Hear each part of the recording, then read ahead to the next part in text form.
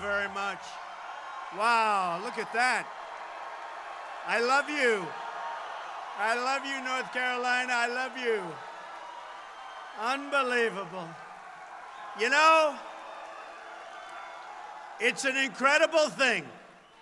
The system is rigged, but we're still happy to be together, right? It's totally rigged.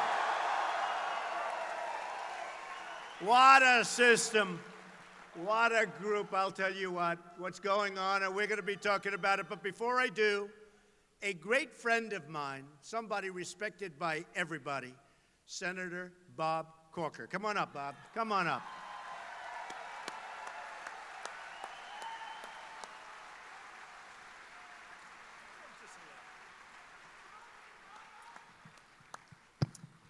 I wasn't going to say anything. I just came to visit. But I have to tell you something. The rallies that I have back home aren't quite like this. Pretty good, pretty tough. Pretty cool. Yeah, this is unbelievable, isn't it?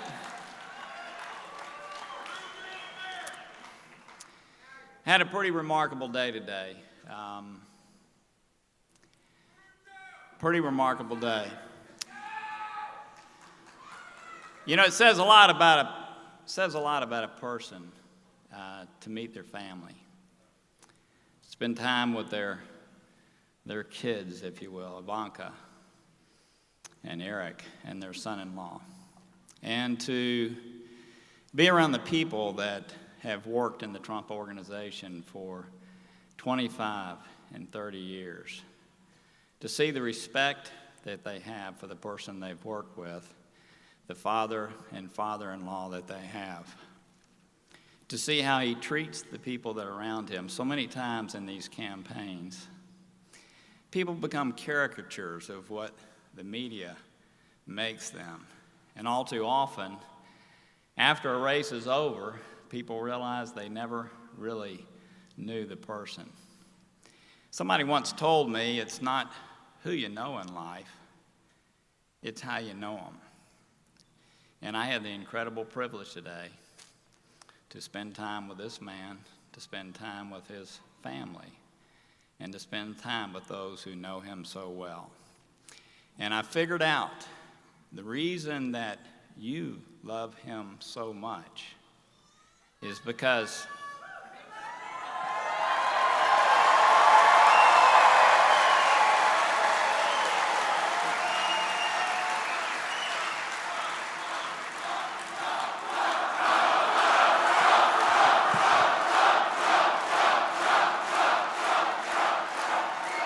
I'm taking up his time. Let me just say this. The reason you love him so much is because he loves you.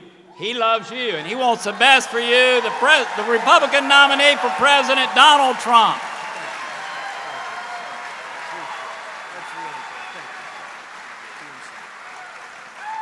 Great guy, great person.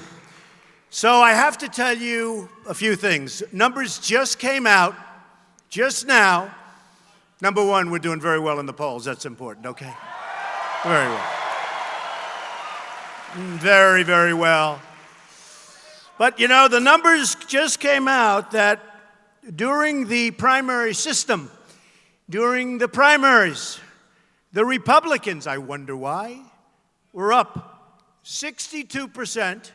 The Democrats were down 21%. These are final numbers, just came out. That tells you a little bit about what's going on. And what's going on very big and big league is what you witnessed today and over the last week. From Bill Clinton going to the plane, just happened to be there. I wonder how long he waited. But for Bill Clinton to go to the plane and then to have what happened today, where essentially, everybody thought, based on what was being said, she was guilty. She was guilty. And it turned out that we're not going to press charges. It's really amazing. But I'll tell you, look, we have a rigged system, folks. Hey, I used to say it during the primaries. We were all together. I won North Carolina big league because of you. Big league. And not only did the Republican Party go way up from what it was 4 years ago, way, way up, but Donald Trump, in the history of the primary system, Republican Party, with 17 people running. A lot of people don't understand where you say 17 people. I got almost 14 million votes, more than anybody in the history of the Republican Party, more than Ronald Reagan, more than the Bushes, more than Richard Nixon, more than Dwight D. Eisenhower, who did win the Second World War. It certainly helped a heck of a lot. We got the highest vote count in the history of the Republican Party. That was such a big thing for me. We won 37 states. It just got stronger and stronger and stronger. And I think we're stronger now than ever before. We're fighting a very dishonest media. Do we have a protester? All right, get him out, please.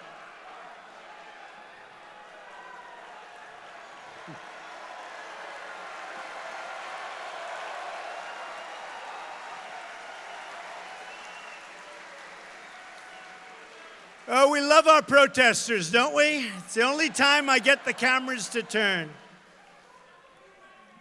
The only time we get those cameras to turn. Look at the size of this place. This is really great. This is really great. Get them out. Get them out. Get them out. All right, thank you.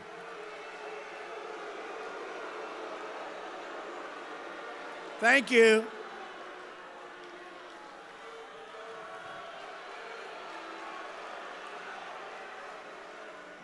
That's all right. Take it easy. Take it easy, folks. You know, if I could speak to these people for a little while, what do we want when you think of it? We want good education. We want a strong military. We want strong borders. We do want the wall. We want to keep our jobs in North Carolina. We want to keep our jobs in North Carolina. I mean, look at what's going on, folks. We're going to build the wall. Don't worry. Who's going to pay for the wall? Who's going to pay? I didn't hear you. Who's going to pay? Better believe it. They're going to pay. They'll be happy to pay. If the right person asks them, they're going to be happy to pay. No problem. If the wrong person, like crooked Hillary Clinton, asks them, they're not going to pay. But she's never going to ask. She's never going to ask. And I'll tell you what. When it comes to trade, and I just got a list of companies that have left North Carolina, and they've gone down to Mexico, and it's a disgrace what's happening.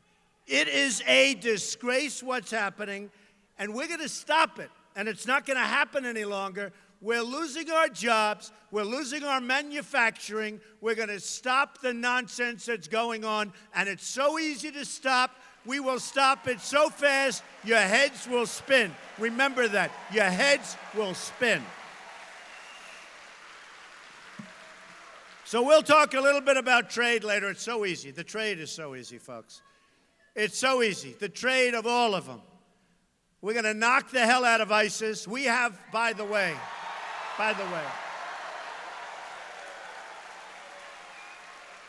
we have a president who's out campaigning for crooked Hillary Clinton, and he should be home working on ISIS, where the threat is getting worse and worse. He should be working on trade. He should be working on the borders. People are flowing into our country from lots of places, but from Syria, no more. No more, okay? They're not coming, no more. We don't know who they are. We don't know where they come from. They have no documentation. They have no paperwork. And who knows? Who knows? But you know what? We can't take any more chances, folks. We can't take any more chances. If you look at crooked Hillary, she wants to increase the immigrants coming in from Syria. Again, they could be ISIS. This could be the all-time great Trojan horse. You know the story of the Trojan horse. This could be the all-time great. Look at what one person has done in Orlando. Just take a look. One person. Look at the horror that person has wreaked on our country. The gay community, the LGBT community was just, nobody can even fathom what took place. That's one bad apple. We have many people coming in, and you know what? It just takes a small percentage. But there's something going on, and guess what? We have a leader that doesn't even want to discuss the name of the problem. And the problem is radical Islamic terrorism. And it's a problem. It's a problem.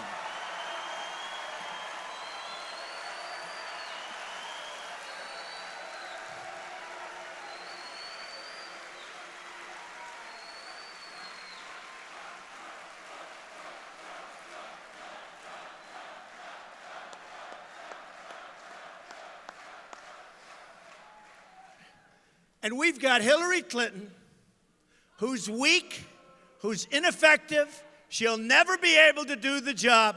Her judgment is horrible. Look at her judgment on emails. Who would do it? Look at her judgment. Her judgment is horrible, all right? Her judgment is horrible. Now, who said that about Hillary? Bernie Sanders said, her judgment is bad. She's got bad judgment, okay? Now, let me tell you, whether it's ISIS, whether it's trade, whether it's borders, whether it's jobs, it's going to be 4 more years of the same thing. The last thing we need is another Clinton, or the last thing we need is an Obama Clinton in the White House.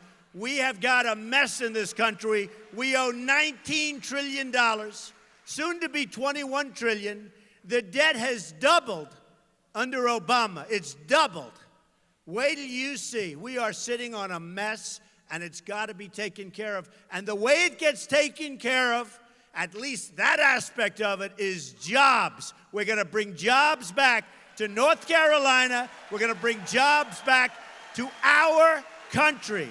It's going to be America first, not all these other countries that don't give a damn about us. It's going to be America first. America, America, America first.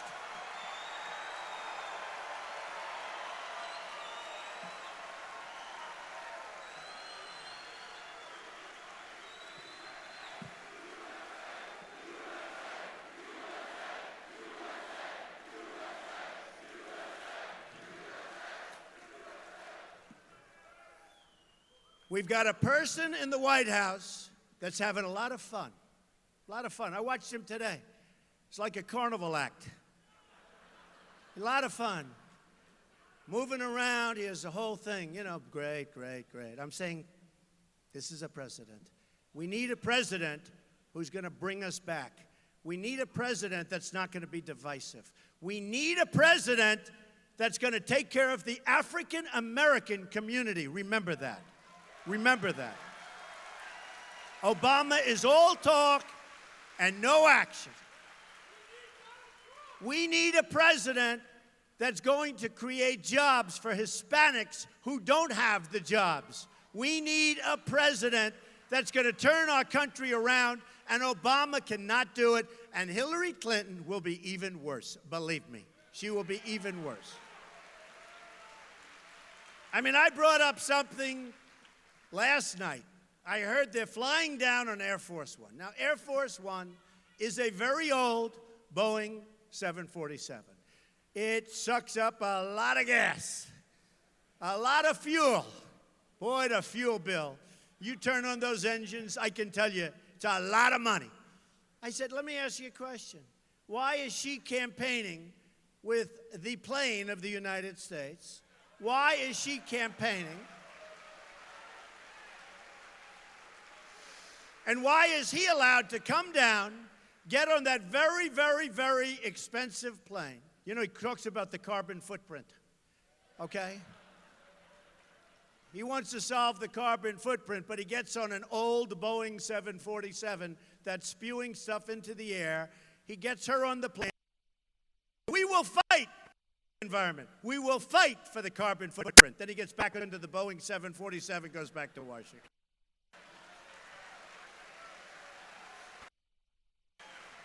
His greatest was when he wanted to play golf in Hawaii.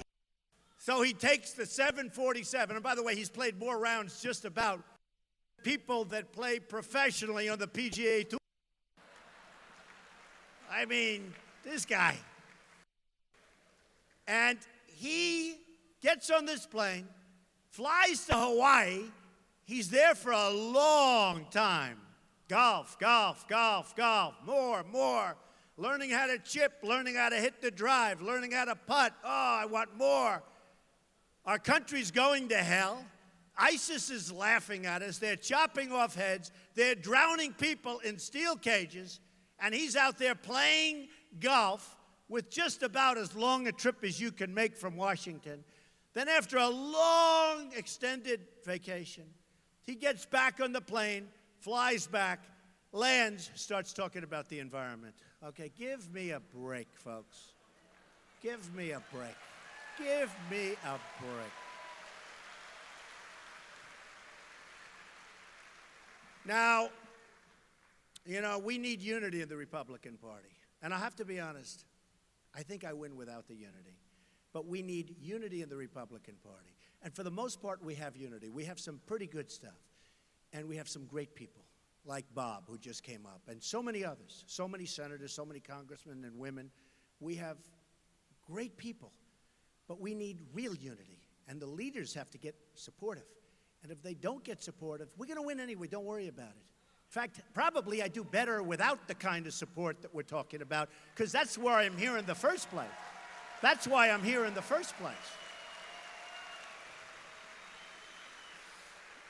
The convention's going to be terrific. We have great speakers. We have fantastic speakers. We have so many people that want to speak. You know, they give us the stuff, oh, they don't have enough. We have so many people that want to speak. I have made so many enemies by saying, I can't let you do it. But we want people that love our country and want to be there and that love our party.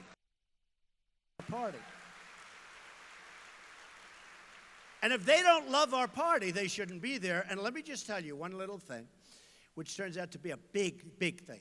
Defense is always most important, right? We have to defend our country. We're going to have to build up our military again. It's really depleted. It's in bad shape. We're going to build it up. We're going to take care of our vets like you wouldn't believe, because our vets are being mistreated horribly, horribly. Our greatest people.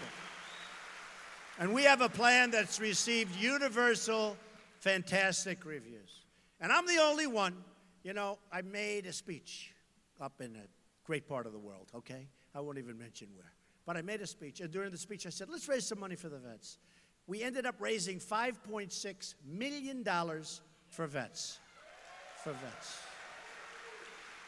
I gave $1 million, and we ended up, I could have just made a speech and left. And the press comes down. Well, he should have given here, he should have given it faster, we have to vet the vets. You know that, right? They're groups, who knows? We have to check them out. But anyway, we raised $5.6 million for the vets. I am so proud of it. I love the vets. I have received more accolades from the groups. We're sending groups that never had money, 100,000, 200,000. In one case, 1.1 million. In another case, 250, 75,000, 50,000. All of these groups, I don't know, 30-something groups. It was so beautiful to see. You, all of us, we have received accolades. And I say all of us because this is a movement, folks. This is not like a normal situation. Look at this room. Look at the size of this room. And there are thousands of people, and I got wiped out getting off the plane. It was raining and windy, and I want to tell you, it's actually beautiful. Beautiful. And now you know it's my hair, because any hair that could withstand that wind. The pilot, it is my hair. The pilot said, sir, I'd wait about 10 to 20 minutes before you get out of the plane. I said, why? He said, 35, 40 mile an hour gusts, raining. I said, no, we're not going to keep these.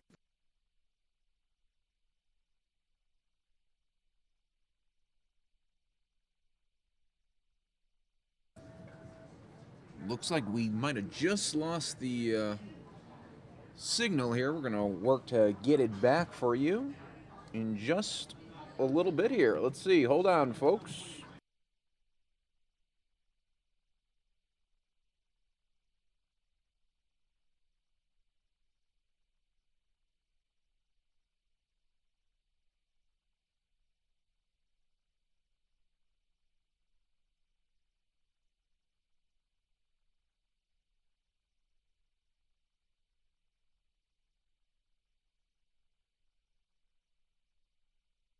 Just about as long. Okay, while we wait for that signal to come back, we're just going to replay the last 3 minutes here while we wait for that signal to come back.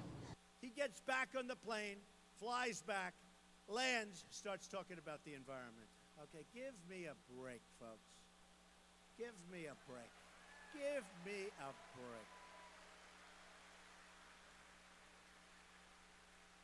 Now, you know, we need unity in the Republican Party. And I have to be honest, I think I win without the unity. But we need unity in the Republican Party.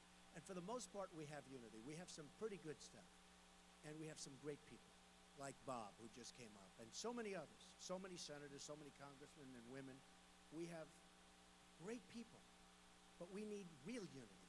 And the leaders have to get supportive. And if they don't get supportive, we're going to win anyway. Don't worry about it. In fact, probably I do better without the kind of support that we're talking about, because that's where I'm here in the first place. That's why I'm here in the first place. The convention's going to be terrific. We have great speakers. We have fantastic speakers.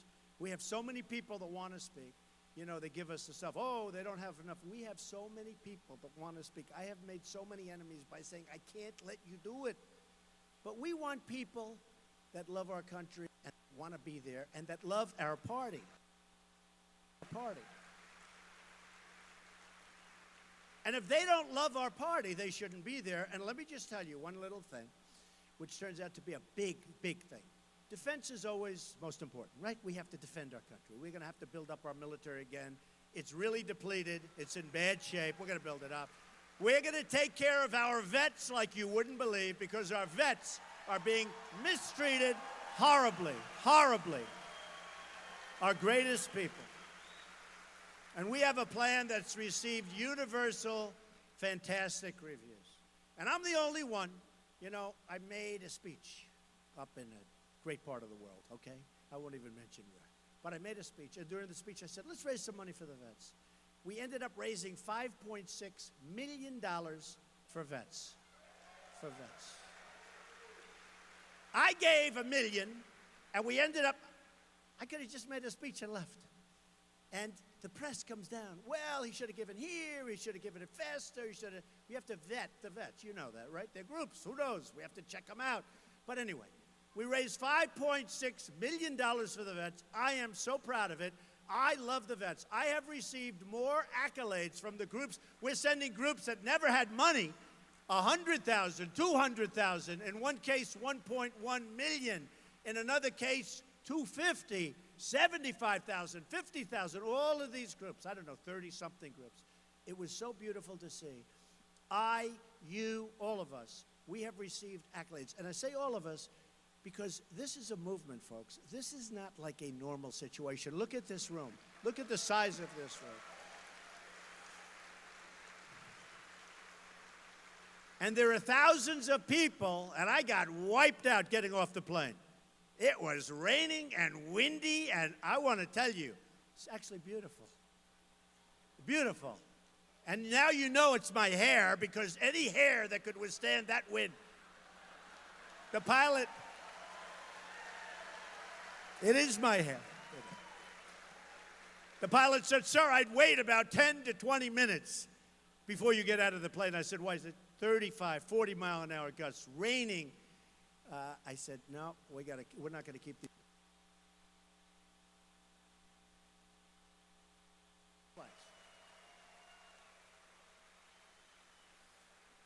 The convention's going to be terrific. We have great speakers. We have fantastic speakers.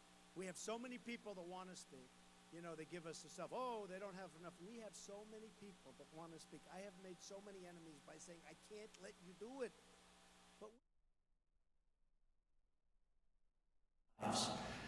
destroyed. Tens of thousands of wounded, where they're wounded so gravely. They're the bravest people I've ever seen. They have a better attitude in life than I do. Some of these people, they have the best attitude I've ever seen. I work with them. We help them. And they have the best attitude I've ever seen. I've never seen anything like it. I'm serious. They have a better attitude about life in some cases than I do. These are amazing, amazing people. We shouldn't have done it. But what did we get out of it? We got ISIS on top of everything else. Now, we have a president that doesn't know what the hell he's doing. He doesn't have a clue, folks. And instead of staying there with a fairly small force, he announces to the world he's going to take everybody out. And they'll be out by a certain date. And the only thing that was a little surprising is the enemy didn't believe him, because they said nobody could be that stupid to announce that we're going to be out on a certain date.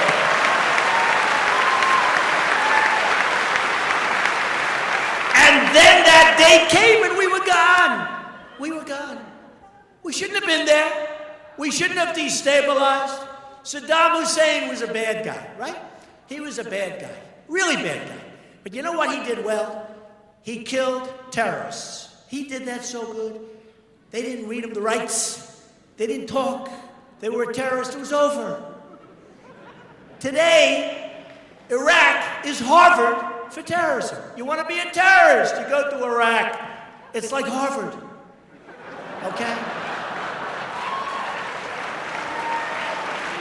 So sad. So sad, okay? So sad. And we're going to take care of it, folks. We have no choice. We have no choice. It was when they cut off the heads initially, we were all amazed. I think they overplayed their hand. And if they didn't, then we are all fools, because we cannot let them get away with what they're doing right now, terrorizing the world. We're going to be so strong. We're going to be so tough. We're going to be so vicious. And we're going to knock them for a loop. We have no choice.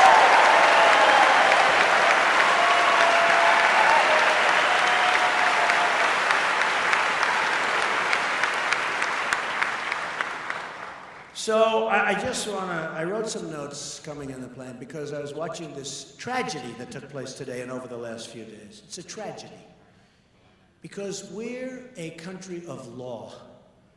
We're a country of order. Other people have been so badly hurt by doing things so much less than crooked Hillary Clinton. So much less, right? So much less.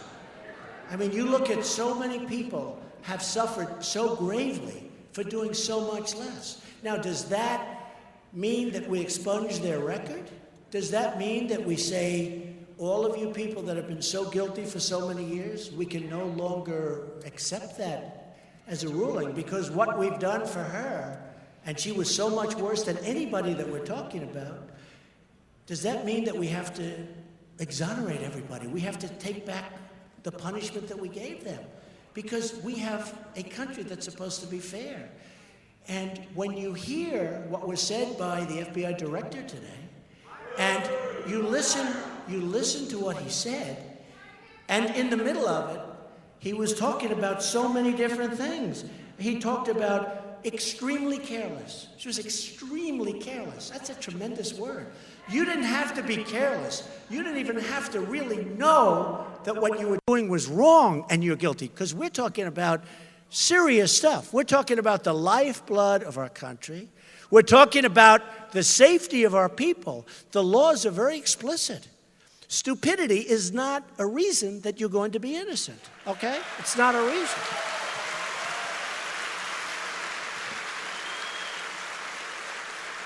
And I don't happen to believe that it was stupidity, okay?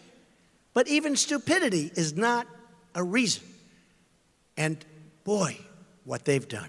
So I wrote this out, and I'm going to read some of it to you. And I think it makes sense. And I think it's important for us to understand. Today is the best evidence ever that we've seen that our system is absolutely, totally rigged. It's rigged.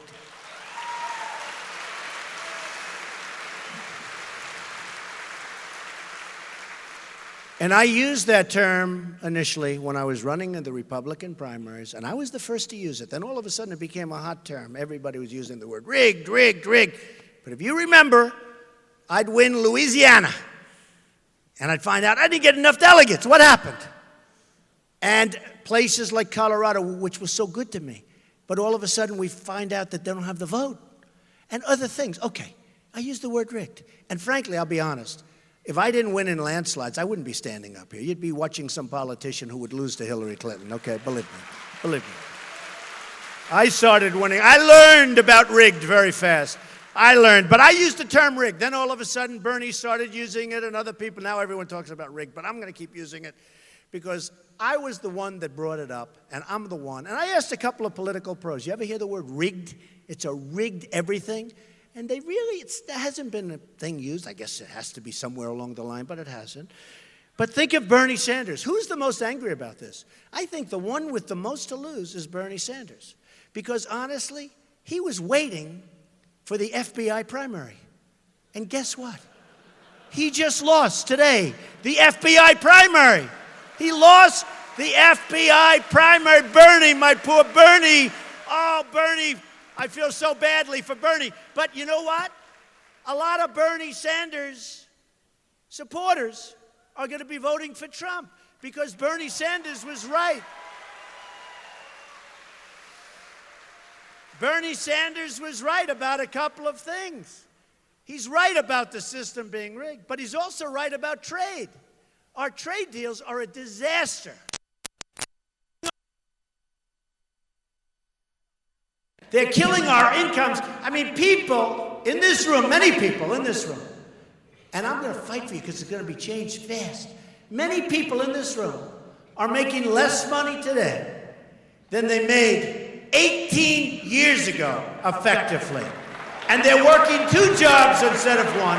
And this horrible, stupid Obamacare is a killer, which is giving them part-time employment when they never had part-time employment in their lives. And the premiums are through the roof, and the deductibles are so high that you'll never be able to use it unless you die a very vicious, long, slow death. Okay? And it's going to explode in 17 anyway, and we're going to replace it before it explodes. And we're going to replace it with something that's great and that's less expensive, both for yourselves and for the country. It's a horror show. You have to see what I'm hearing. In Texas, going through Obamacare, Blue Cross Blue Shield raised 60%. You saw that last week. A 60% increase in premiums, Blue Cross Blue Shield, through Obamacare. Now, I hear that on November 1st, they're going to have an increase on Obamacare and health care that is going to set this country in motion. And I mean motion in a bad way. November 1st. So what Obama wants to do, because it's actually election defying, it's election changing. The numbers are bigger than Texas, 60%. The numbers are astronomical. And what they want to do is they now want to take those numbers and move them from November 1st to any time after the election. And we're not going to let them get away with it, folks. We're not going to let them get away with it. So, as I said, today is the best evidence we've ever seen that our system is totally rigged. Hillary Clinton put the entire country in danger. She put the entire country in danger. And Benghazi. And Benghazi. And plenty of other things, by the way. It was confirmed today that she routinely sent classified emails on an insecure private server that could be easily hacked by hostile foreign agents. And we learned that people she emailed were hacked and probably, I think maybe definitely, were hacked by these hostile actors. And these are bad but very, very smart people. A hell of a lot smarter than what we have in Washington, that I can tell you. Our enemies may have a blackmail file on Crooked Hillary, and this alone means that she should not be allowed to serve as President of the United States.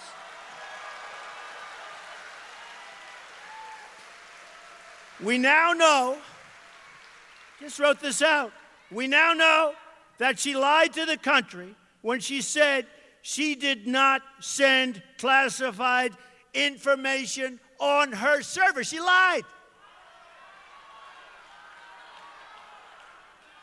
She sent vast amounts of classified information, including information classified as top secret. Top secret. Okay? And this is where they said that she was extremely careless and, frankly, I say, grossly incompetent. She will be such a lousy president, folks. So sad. Okay. The lives of the American people were put at risk by Hillary Clinton so that she could carry on her corrupt financial dealings. That's probably why she didn't want people to see what the hell she was doing. She went to extraordinary lengths to carry out an Enron-style purge of her emails. 33,000 emails are missing, and they say, oh, she's fine, she's fine. 33,000. And I've always been told you can't really get rid of an email. Have you ever heard this? That if we have the real super geniuses that know this stuff, they say you can't get rid of emails. But we didn't use them because they didn't want to use them. They didn't want to use them. So, like a criminal with a guilty conscience, Clinton had her lawyers delete, destroy, and wipe away forever, except I still say there are geniuses that can find them. 30,000, think of this, 30,000 emails. This again disqualifies her from service, and just think of it. I mean, how can you have this?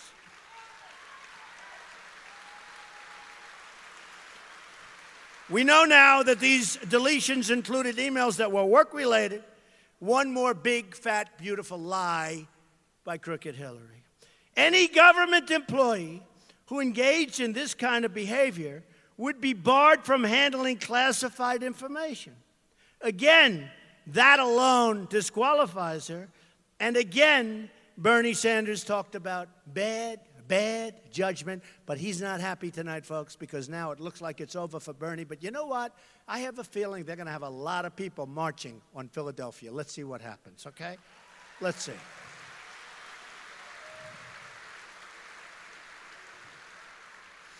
I don't know about you, but I always felt that Hillary Clinton would escape criminal charges for her dangerous and illegal behavior because I always knew, and I always see, and it's so sad that our system is, in fact, rigged. It's totally rigged, okay?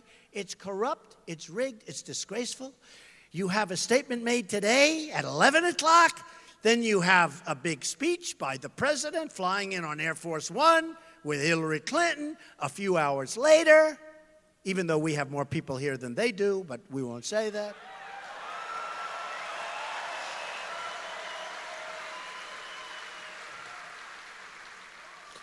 So the AG met with the president, had to, before the announcement. I mean, how about that?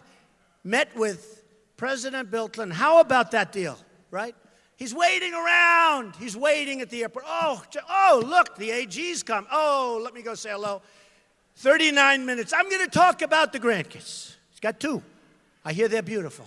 He's got two. Now, I have 8 grandchildren. And I will tell you, I can talk about them. And after I say, isn't she beautiful? Isn't he beautiful? Oh, I love this kid. I love the kid. I love it. But after about a minute, I can't go much longer. I want to get to business, right? For you, I want to get to business. But he didn't talk about it. He talked about golf, okay? So he talked about the grandkids, and I would say that would take anywhere from 30 seconds to a minute. Seriously. Am I right? I mean, how long can you talk? Mr. Attorney General, I have the most beautiful grandchildren you've ever seen. Let me show you a picture. Isn't that great? Let me show you another picture. What do you think? I think they're beautiful.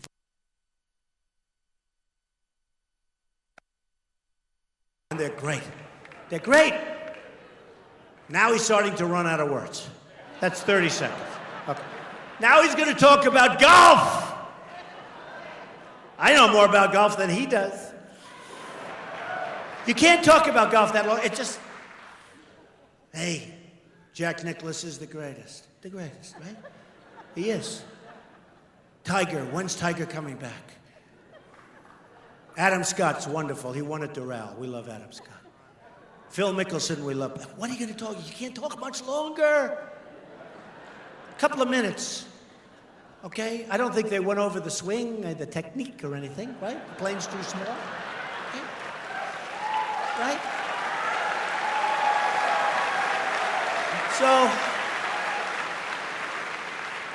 So give the grandchildren 2 minutes. Give the golf 3.5 minutes. That's a long time to be sitting there twiddling your thumbs. What else are we going to talk about? Let's talk about Hillary. Let's talk about Hillary. Did you see today Hillary announced that she may consider the Attorney General? I'm not casting aspersions on anybody, other than Hillary, of course. But she may consider the Attorney General, who's ruling on her case now. Now they're ruling on the case, to continue forward as Attorney General. Now, how do you make that statement when they are going to rule? Because remember what happened. The FBI makes their recommendation, and then still it's up to the Attorney General's office. So Hillary said today, at least according to what I saw on television, which you can't always believe. I actually found it hard to believe she'd say this. But she said today that we may consider the Attorney General to go forward. That's like a bribe, isn't it? Isn't that sort of a bribe? I think it's a bribe. I mean, that if she wins, she's going to consider extending the Attorney General. And you know what? I'm not knocking the Attorney General. What I'm saying is, how can you say that? It's a bribe.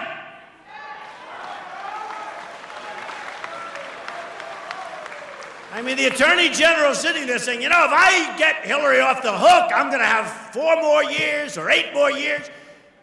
But if she loses, I'm out of a job. It's a bribe. It's a disgrace. It's a disgrace. She is laughing at the stupidity of our system. She is laughing, and so is her husband, Bill, laughing at what's going on. Because, and they've been there before, you know it. They've been there between Whitewater and all of the others. They've been there. Look at her cattle futures. I mean, she did better with cattle proportionately than people that have been in the cattle business all their lives and have made millions in the cattle. She did better than they did, and she never did it before. I wonder how that happened. Okay. She's crooked Hillary, folks.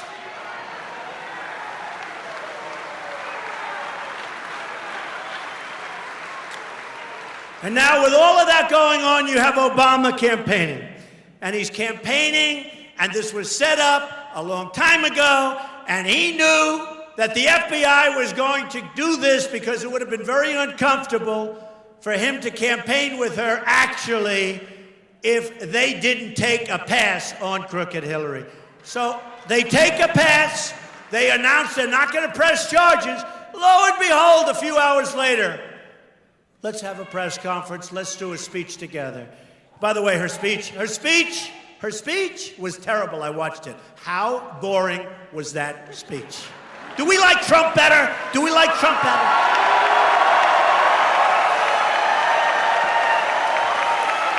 Now, let me just tell you, because the word temperament comes in. She says, he's got a very strong temperament. I got to tell you the truth. Chopping off heads, losing thousands and thousands and thousands of people to these savage animals, right? We need somebody with a tough temperament. It's time. It's time. And I'll tell you,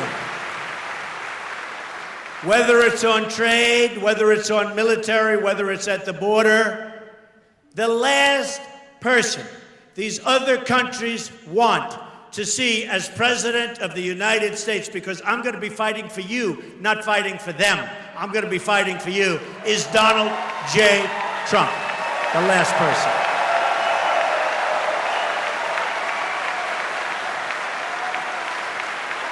So, the last one.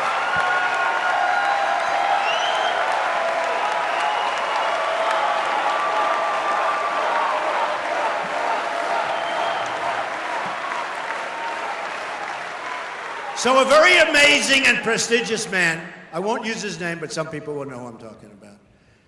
I was at his house, and he said, Donald, I thought you were totally wrong. I thought you were much too tough on China. I thought you were much too tough on Japan. I thought you were much too tough on Mexico and all of these other countries that you're talking to with respect, but I thought you were much too tough. And for a year, I've been telling people he's being too tough. I thought you were much too tough, Donald, on Saudi Arabia. Much too tough. I thought you were much too tough on Japan, because as you know, and as you never knew before I got involved, we pay for a big portion of Japan's military. And I want them to help us out. This isn't 40 years ago. This isn't 30 years ago. They're sending cars to us by the millions. And believe me, we don't need more Iran deals done by incompetent people. We need smart people. We need great negotiators. And believe me, I'll head it up. And I know what I'm doing. But we have the greatest negotiators in the world. And we don't use them. We use political hacks. So we take care of Japan. And we take care of Germany. And we take care of lots of places. South Korea. We have 28,000 soldiers on the line between North and South Korea. South Korea, order a television. See if you can buy one in the United States. You know what the answer is? You can't. Order other things, many other things. See if you can buy them. Hey, who just moved to Mexico, right? Who just moved to Mexico from Indiana, the great state of Indiana that gave me another great victory, right? Carrier. So we don't make that anymore. So Carrier's moving. By the way, I would tell the people at Carrier, love you people. Every time you make an air conditioning unit and enjoy your beautiful factory, you're going to send it through that border, which is now a very strong and secure border, and you're going to pay 35% tax. And you know what? They're not leaving. They're not leaving, folks. They're not going to leave. Now, Hillary Clinton won't say that. And I'll tell you, the press doesn't treat it right. One person actually at the New York Times, David Sanger, treated it right, along with Maggie. They wrote a story that was pretty accurate, about 82%. But I mention this all the time, and the press will go, Donald Trump wants Japan to go nuclear. I didn't say that. You have to be prepared always in a deal to walk. For instance, with the horrible deal we made with Iran, the horrible deal, the incompetent deal, Kerry should have picked up and walked a couple of times. He should have walked when they said they won't give back our hostages until the deal is over. He should have walked. And then he should have walked, doubled up the sanctions, and by the time they landed back in the United States, they could have turned the plane around, you would have had those hostages back instead of waiting for years.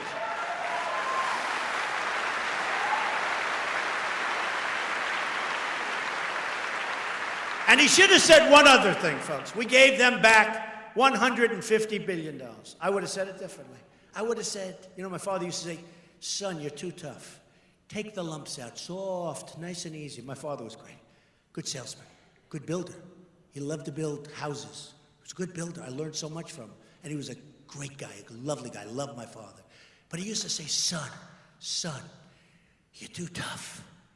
Take the lumps out. So in the old days, I would have said, we're not giving you the $150 billion. And they would have been angry, and we would have had lots of problems, right?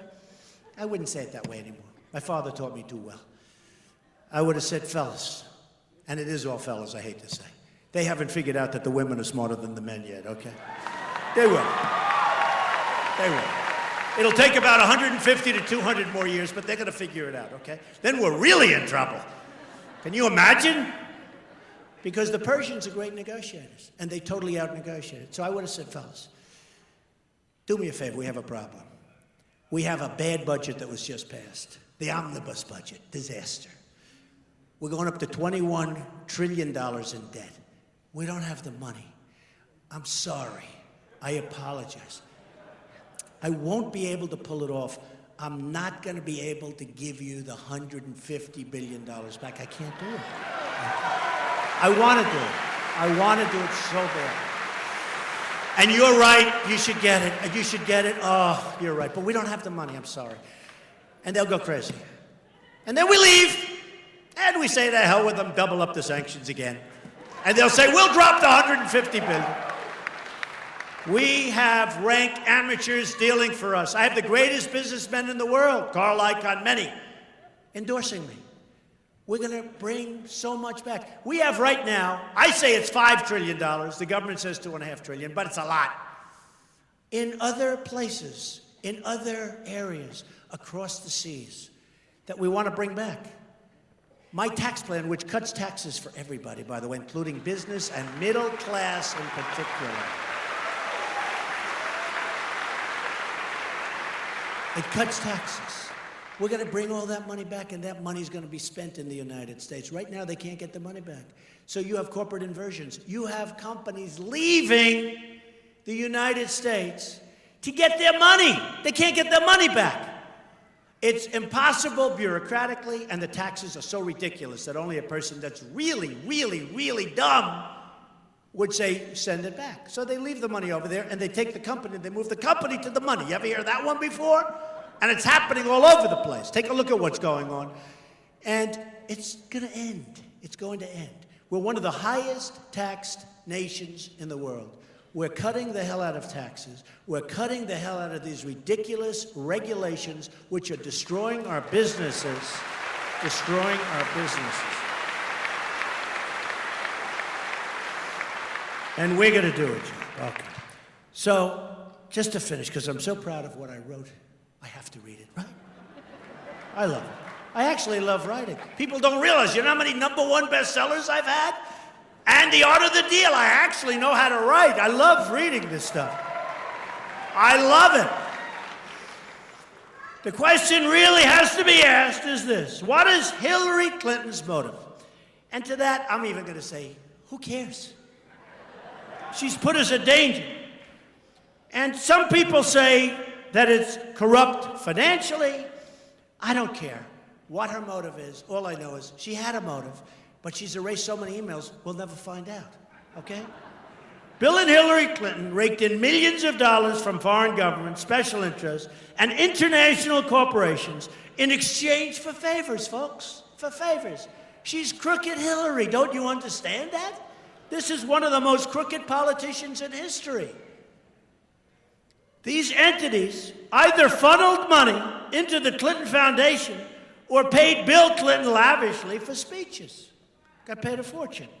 At least 60 companies that lobbied the State Department during Clinton's tenure as Secretary of State donated a total of $26 million to the Clinton Foundation. Okay, $26 million. And she's dealing with these countries. Bill Clinton, and by the way, many of these countries treat women and want to enslave women, and they treat women horribly. And as far as the gay community, they push them off buildings, and they kill them, and they execute them. And she has tens of millions of dollars from these countries. Believe me, I am better for the gay community. I am better for women than she will ever be on her best day. On her best day.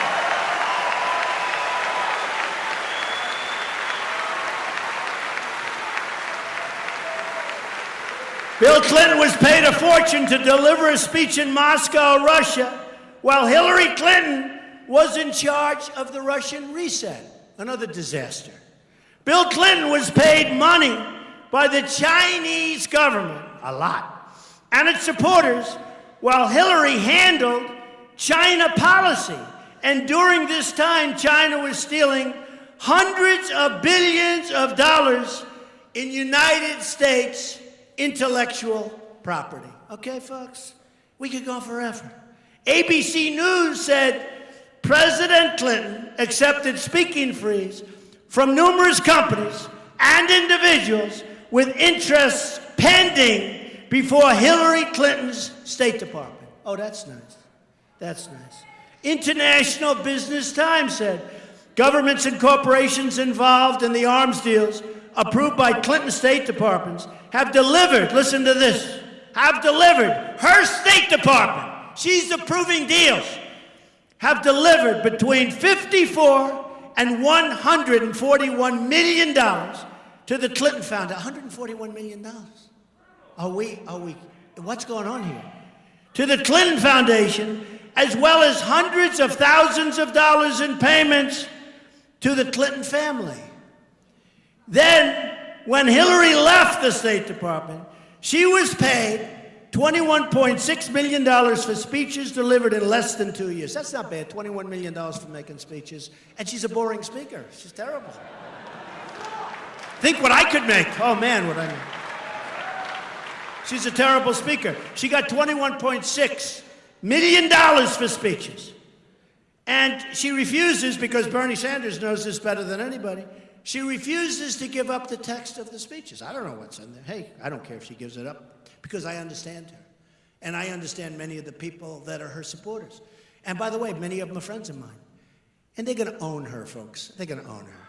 Don't forget, I used to be on the other side of the equation. I used to be establishment. Then on June 16th, I ran. And everyone said, oh, he's no longer establishment. He's not supposed to be running. He doesn't need our money. That's terrible.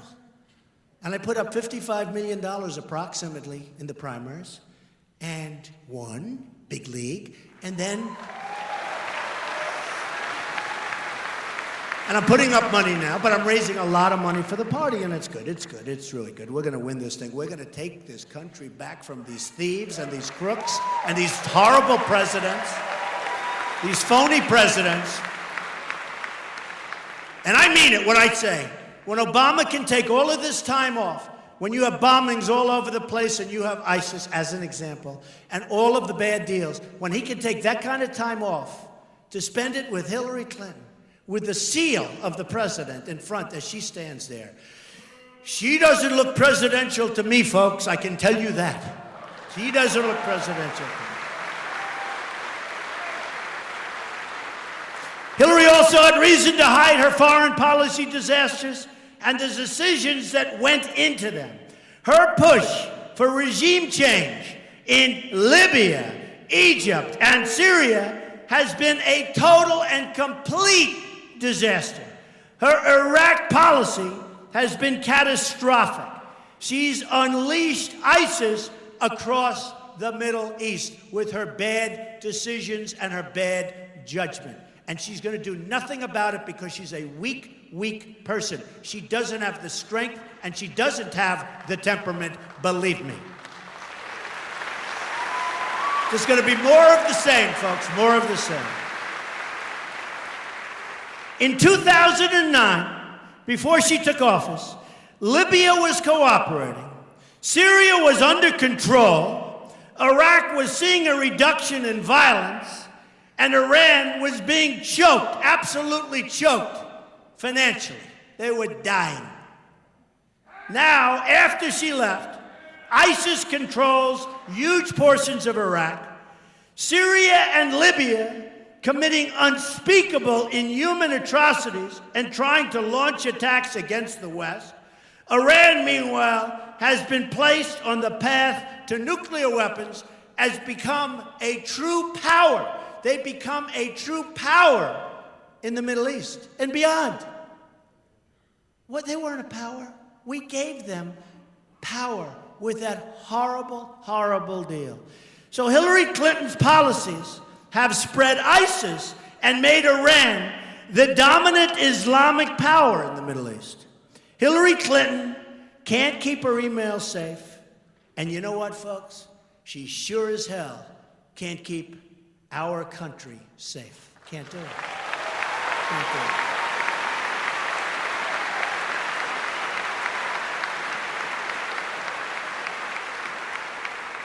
So, I want to thank the people of North Carolina. It's been such an amazing run for me. It's been such an amazing run.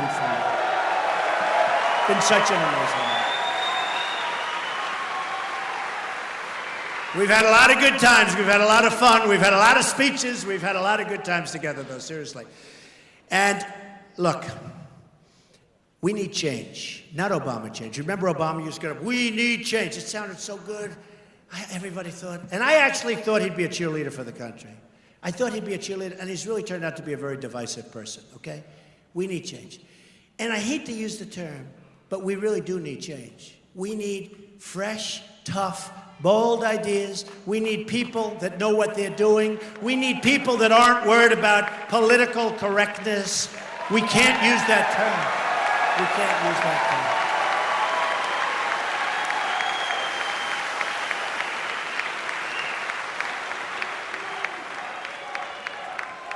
And I watched Obama a week ago spend a whole speech on talking about why he shouldn't necessarily have to say radical Islam, why he shouldn't do it.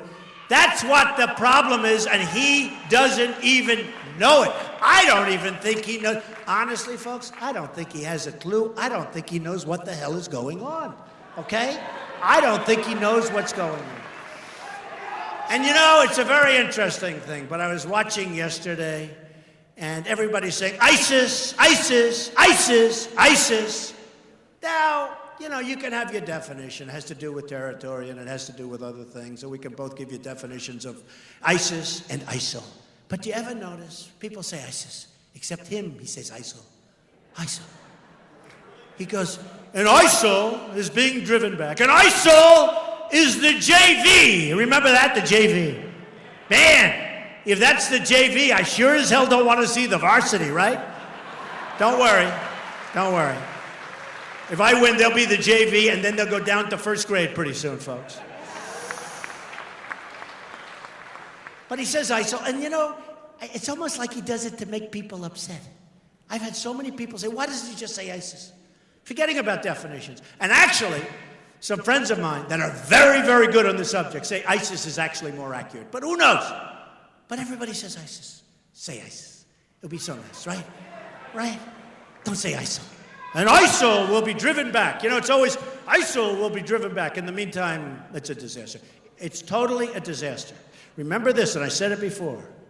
Our military is depleted at a time when probably in the history of this country, we need strong military. We are going to win North Carolina.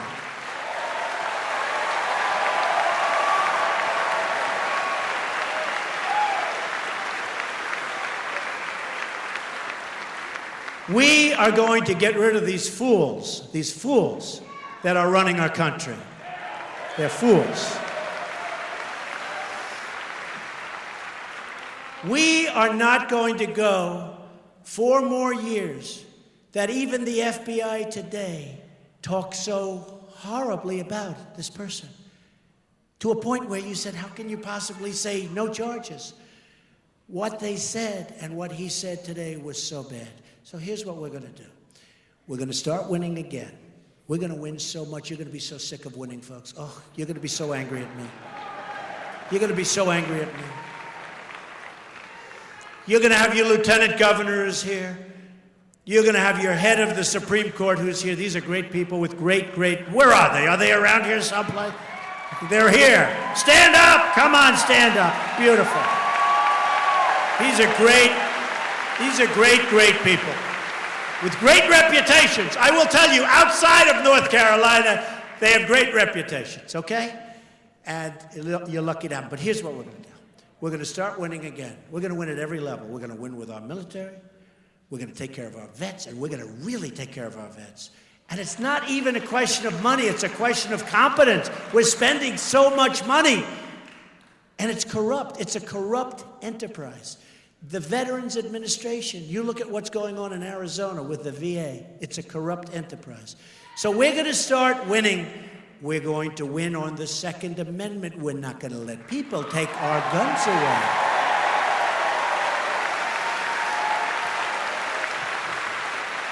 We're going to terminate Common Core out of Washington. We're going to bring our education local, so we can have our local people who love our children and who really understand our children, give them the kind of education that we want. We're going to repeal and replace Obamacare so quickly. So quickly.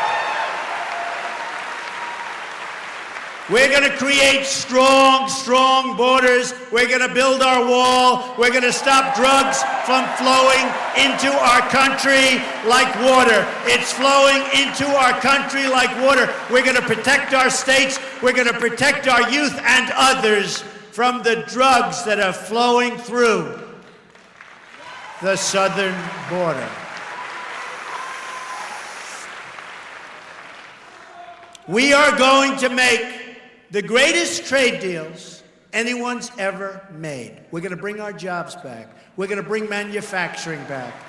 We're going to be selling things to other countries.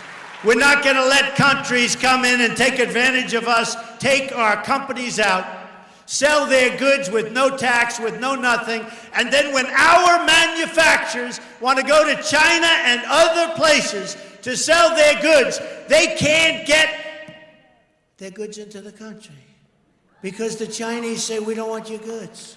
So they dump onto our land, and they dump their steel, and they dump their aluminum, and they destroy our factories, and they destroy so much. And you know what, folks?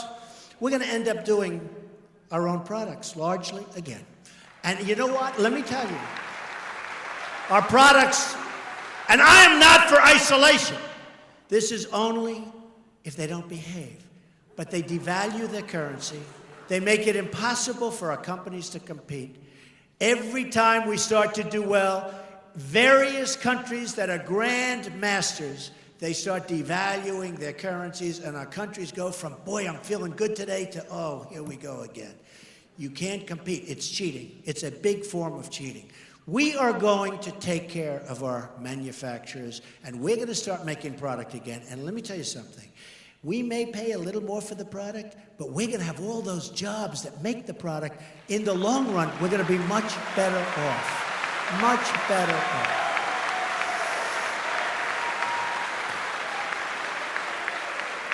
And a lot of that will come back. And again, no isolation. We're going to have fair trade. We're going to have free trade. One of these people sitting right up there asked me the other day, what do you do? Do you call it fair trade? Do you call it free trade? It's all good. I can give you 10 different names for trade. Here's what I call it. We're going to make great deals for our country. I don't care if it's fair, if it's free. I don't give a damn what it is. We're going to make great deals for our country. Okay? We're not going to let happen what's been happening. So, folks, we're going to start winning again. We're going to win so much. You're going to be so sick of me. You're going to have the justice call me. You're going to have the lieutenant governor and the governor call me and say, Mr. President, the people of North Carolina are sick and tired of winning. You're winning too much. They're really starting to dislike you, Mr. President. And I'm going to tell the justice, and I'm going to tell the governor and the lieutenant governor, I'm sorry, we got to keep winning because we're going to make America great again. I love you, North Carolina.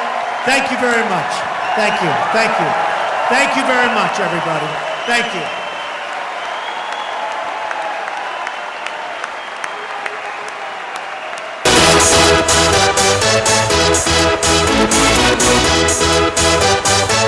Y'all ready for this?